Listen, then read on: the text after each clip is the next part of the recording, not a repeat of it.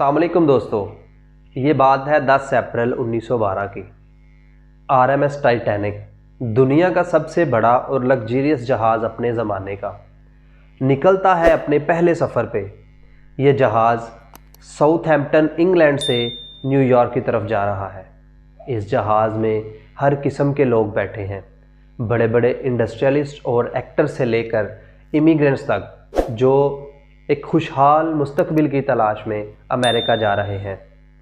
जहाज़ के अंदर की फैसिलिटीज़ और डेकोरेशंस आज के 5 स्टार होटल को भी पीछे छोड़ दें। जहाज़ के अंदर जो सेफ्टी फीचर्स इस्तेमाल किए गए थे वो दिल दहला देने वाले थे। यही वजह थी कि इस जहाज़ को अनसिंकेबल माना जाता था, मतलब कि ये एक ऐसा जहाज़ है जो कभी डूब नहीं सकता। वाइट स्टार लाइन ये वो कंपनी थी जिसने टाइटैनिक को बनाया था।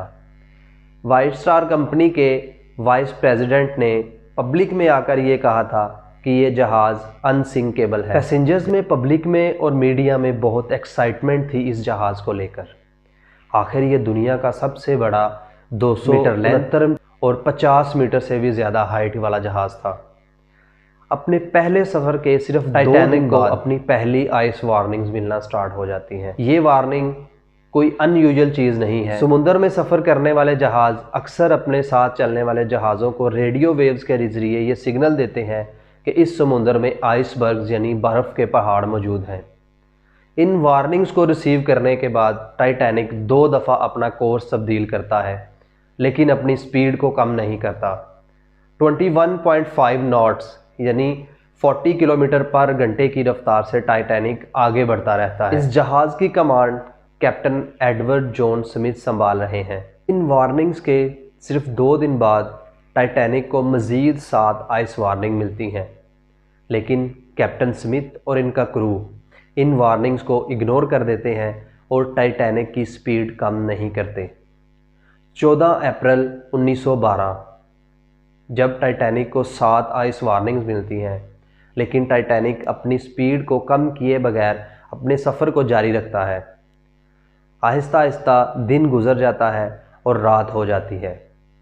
14 अप्रैल की रात को ख़ास बात ये थी कि इस रात चांद बाहर नहीं आया था, जिसकी वजह से मून लाइट बहुत कम थी और विजिबिलिटी बहुत कम हो गई थी। हर जहाज़ पे एक क्रोज नेस्ट होता है। ये एक ऊंचाई पर बनाया गया मुकाम होता है जिस पर हमेशा किसी न किसी को बिठा कर रखा जाता है कि जो सामने से आने वाले किसी भी ऑब्स्टेकल या ट्रैफिक के बारे में नीचे बैठे ऑफिसर्स को इतला दे सके। 14 अप्रैल 1912 रात 11:39 क्रोज नेस्ट पर बैठे फ्रेडरिक फ्लीट नाम का बंदा अपने सामने देखता है कि एक बहुत बड़ा आइसबर्ग मौजूद है। वो जल्दी से 3 बार घंटी को बजाता है ताकि नीचे बैठे हुए लोगों तक उसकी आवाज़ पहुँच सके। फिर जल्दी से फ़ोन उठाकर नीचे बैठे हुए ऑफिसर को फ़ोन करता है और चिल्लाकर कहता है कि जहाज़ को मोड़ो, सामने एक आइसबर्ग मौजूद है। नीचे ब्रिज पर खड़े फर्स्ट ऑफिसर विलियम इस इंस्ट्रक्शन को सुन रहे होते हैं और वो भागकर इंजन रूम में जाकर कहते हैं कि जहाज़ को बाईं तरफ मोड़ो, लेकिन बहुत देर हो चुकी होती है। इतने में यानी 11:40 पे सिर्फ 1 मिनट बाद टाइटैनिक उस आइसबर्ग से टकरा जाता है। टाइटैनिक 10 सेकंड तक उस आइसबर्ग के साथ घिसटता रहता है, जिसकी वजह से एक बहुत बड़ा डेंट पड़ जाता है। अब आप सोच रहे होंगे कि एक बर्फ़ का टुकड़ा मेटल को कैसे काट सकता है। हाँ, अगर आप अपनी फ्रिज में पड़े हुए किसी बर्फ़ के टुकड़े को लेंगे तो वो बिल्कुल बर्फ़ का टुकड़ा आपकी मेटल को नहीं काटेगा, लेकिन एक बर्फ़ का पहाड़ और उसका खुद का इतना वज़न, इस वजह से टाइटैनिक उस बर्फ़ के टुकड़े की वजह से उसके अंदर काफ़ी छोटे छोटे होल बन गए। इस इम्पैक्ट के फ़ौरन बाद जहाज़ के कैप्टन स्मिथ और आर्किटेक्ट पहुंचते हैं ये देखने के लिए कि जहाज़ को कितनी चोट पहुंची है इस इम्पैक्ट की वजह से, और वो ये देखकर शॉक हो जाते हैं कि ये जहाज़ तो डूब जाएगा। जैसा कि मैंने आपको वीडियो के स्टार्ट पे बताया कि इस जहाज़ को अनसिंकेबल माना जाता था, यानी कि ये एक ऐसा जहाज़ है कि जो कभी डूब नहीं सकता, और वो इसके सेफ्टी फीचर्स की वजह से था और वो 2 सेफ्टी फीचर्स थे जिनकी वजह से ऐसा माना जाता था। देखा जाए तो लकड़ी भी किसी मेटल को नहीं काट सकती, लेकिन जब आपकी मेटल की बनी हुई कोई गाड़ी किसी दरख्त से जाकर टकराती है तो वो चकनाचूर हो जाती है। पहला, इस जहाज़ को डबल बॉटम हल से तैयार किया गया था। हल जहाज़ को कहते हैं, डबल बॉटम से मुराद है कि इस जहाज़ का नीचे वाला हिस्सा डबल लेयर से बनाया गया था। अगर एक लेयर को नुकसान पहुंचता भी है तो दूसरी लहर बचा लेगी और ये जहाज़ तैरता रहेगा। दूसरा, इस जहाज़ को 16 अलग अलग वाटर टाइट कंपार्टमेंट से बनाया गया था और जिसका मकसद ये था कि अगर 4 कंपार्टमेंट में भी पानी भर गया तो इस जहाज़ को कोई फ़र्क नहीं, ये जहाज़ तैरता रहेगा।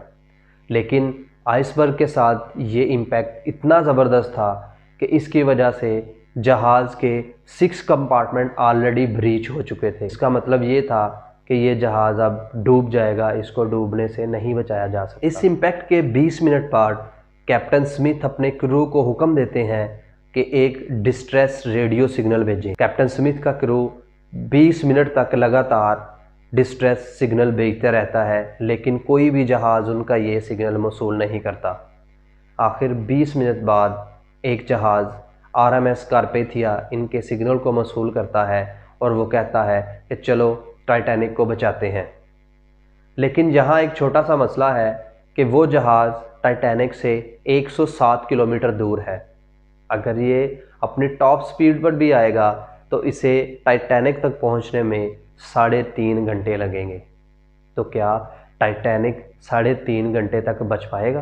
पैसेंजर्स को जब ये पता चलता है कि टाइटैनिक किसी आइसबर्ग से टकरा गया है, लेकिन वो इसको बिल्कुल लाइटली लेते हैं क्योंकि उनको तो यही था कि ये जहाज़ अनसिंकेबल है, ये कभी डूब ही नहीं सकता। लेकिन आहिस्ता आहिस्ता जहाज़ के कंपार्टमेंट्स में पानी भरना शुरू हो जाता है और ये जहाज़ टिल्ट होना शुरू हो जाता है, जिसकी वजह से पैसेंजर्स को ये पता चलता है कि ये जहाज़ डूब सकता है। उसकी वजह से पैसेंजर हड़बड़ी में इधर उधर भागना शुरू कर देते हैं। इस इम्पैक्ट के 1 घंटे बाद कैप्टन स्मिथ अपने क्रू को हुक्म देते हैं कि लोगों को लाइव बोट्स के ज़रिए एवैक्यूएट किया जाए टाइटैनिक से। प्रोटोकॉल के मुताबिक औरतों और बच्चों को पहले एवैक्यूएट किया जाएगा, लेकिन इधर भी एक मसला था कि जहाज़ पर लाइव बोट्स की कमी थी, क्योंकि कंपनी को, स्टार लाइन कंपनी को यही लगता था कि ये जहाज़ अनसिंकेबल है, जिसकी वजह से उन्होंने लाइव बोट्स बहुत कम रखी। जहाज़ के ऊपर तकरीबन 2200 के करीब पैसेंजर्स थे, लेकिन लाइव बोट सिर्फ 1000 पैसेंजर्स के लिए थी। आइसबर्ग से टकराव के सिर्फ 3 घंटे बाद टाइटैनिक के कंपार्टमेंट्स में पानी भरने की वजह से टाइटैनिक 2 टुकड़ों में तब्दील हो जाता है। वो लोग जो टाइटैनिक पर मौजूद थे, कुछ उस जहाज़ के साथ ही डूब जाते हैं और जिनको तैरना आता है वो पानी की ठंडक की वजह से, हाइपोथर्मिया का शिकार होने की वजह से वो भी मर जाते हैं। 3.5 घंटे के बाद जब RMS कार्पेथिया उस जगह पर पहुंचता है तो उसे सिर्फ पानी में फ्लोट करती हुई लाशें ही नज़र आती हैं। RMS कार्पेथिया उन लोगों को बचा लेता है जो लाइव बोट्स पर बैठकर टाइटैनिक से नीचे उतर जाते हैं। दोस्तों, कैसा लगेगा अगर मैं आप लोगों से ये कहूँ कि उस वक़्त एक और जहाज़ वहाँ मौजूद था और वो टाइटैनिक के बिल्कुल करीब था, जो कि टाइटैनिक में फंसे लोगों को बचा सकता था। जी हाँ, RMS कैलिफोर्निया, ये वो जहाज़ था जिसने सिर्फ 1 घंटा पहले टाइटैनिक को रेडियो वेव्स के ज़रिए ये सिग्नल दिए थे कि इस समंदर में आइसबर्ग्स मौजूद हैं, और ये जहाज़ टाइटैनिक से सिर्फ 37 किलोमीटर के फासले पर मौजूद था। लेकिन ख़तरे को जानते हुए इस जहाज़ ने उस रात को सफ़र करने से गुरेज किया और अपना रेडियो बंद करके जहाज़ का पूरा क्रू सो गया। जब टाइटैनिक का क्रू फेंक रहा था तो RMS कैलिफोर्निया के कुछ क्रू मेंबर ने जाकर कैप्टन से बोला कि टाइटैनिक से फ्लेयर्स निकल रहे हैं, हो सकता है वो किसी ख़तरे में हो। लेकिन कैप्टन ने उन लोगों को ये कहकर वापस भेज दिया कि टाइटैनिक में अमीर लोग सफ़र करते हैं, वो फ्लेयर्स नहीं बल्कि वो कोई पार्टी कर रहे होंगे। दोस्तों, ये थी आज की वीडियो। ٹائٹینک۔ ملتے ہیں اسی طرح کی کسی اور انفارمیٹک اور حیرت انگیز ویڈیو میں، تب تک کے لیے مجھے دیجیے اجازت۔ اللہ حافظ۔